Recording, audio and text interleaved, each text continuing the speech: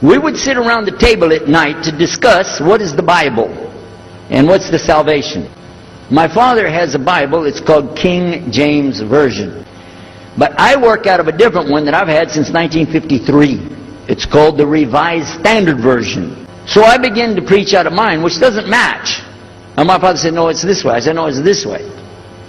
Now my wife comes up with her Bible from Jimmy Swaggart. It's called the Good News for Modern Man. The Catholic priest, he's got another Bible. And I never even knew about this subject until then. And he's saying this, and I'm saying that. My father's saying something else. My wife's on something else. And all the time, Muhammad the Muslim is sitting over there like this. So we asked him. I guess it was me. I asked him. I said, well, how many versions of your book, your Quran, do you have? He said, the Quran has no versions. There's only one. It's original. It's in the Arabic language. ذَلِكَ الْكِتَابُ لَا رَيْبَ فِيهِ. This is the book that has no doubt. Hudal al-Muttaqin. It's guidance for those who have taqwa for Allah. So when he's telling us that the Quran is one, I'm going, huh? And it's in the original language. We still have it. You know what I was thinking? He's lying. I was sure he was lying because he could see the problem we were having, and he just sat back and made that up. But I don't know Arabic at that stage, so I don't know what to say. You know, maybe, I don't know. And he left it at that. He didn't try to preach. But it put a big doubt in my mind now about, we got all these books, he's got one, and la rayba fi, no doubt in it.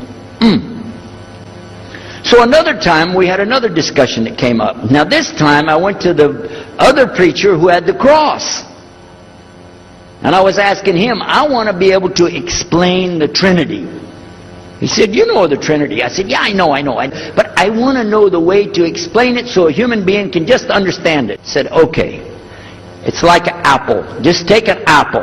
The apple has a shell around the outside, the skin. Inside is the meat. Inside of that is the seeds. Okay? 3 things, 1 apple. That's the way. I start going back. I'm going to tell this Muslim about the Trinity. But on the way, I remember his arguing with me, his way of debating with me. I said, no, he's going to tear me apart. As soon as I say seeds, he's going to say there's more than one. So it could be 7 or 8 or 9 or 10 gods all rolled into one. No. It's got to be special. It doesn't work like that. Let me go back and try again. So I went back to him. I said, what if he says there's more than one seed in there? He said, okay. He said, okay. Forget the apple. I said, okay. It's like the babe, the egg. Use the egg. The egg has a shell. Inside of the egg is the white. Inside of the white is the yellow. 3, 1 egg. That's it. That's good to go. Now I start going home again, and it hit me. Wait a minute. The egg could have a double yolk. God becomes 4, just like that. I'm not going to ask him again. So at the market one day, I saw a man, and I was talking to him because I was listening to some things that Muhammad had told us about the belief in Islam. Allah is one. And so I was telling this guy, you know, I got some doubts about the Trinity. He said, you a preacher, you have doubts? I said, yeah, it doesn't make any sense. It doesn't make any sense. How could 3 be 1? He said, okay, look. You see me? I'm one man. I said, yeah. He said, my wife? Yeah. It's one person. Yeah. See my son? Yeah. 3. 1. One family. It's the family of God. Use that. I said, there you go. The family of God. Well, you don't get very far on that one, and you realize right away they could have another kid just like that. But worse, they could get a divorce. You want a God that can get a divorce? Huh? So we ask Muhammad, we say, okay, what do you say about God? What do you think he said? أعوذ بالله من الشيطان الرجيم بسم الله الرحمن الرحيم قل هو الله أحد الله الصمد لم يلد ولم يولد ولم يكن له كفوا أحد. Boy, that's exactly what I already think, but I can't admit that. But I could see for sure God is only one, and that, so I totally forget the Trinity thing. My dad never did believe it anyway, so he had no problem with it. The priest asks the Muslim, can I go to your church with you? The mosque. He said, sure, come on. Well, he went, and they came back. So he took the priest aside. Come here. What do they do? What do they do in there? Tell us, what did he do? He said, no, they just stand there like this, and they pray, and they leave. I said, what? They pray and leave? He said, yeah. Okay, what kind of music do they have? He said they didn't have any music.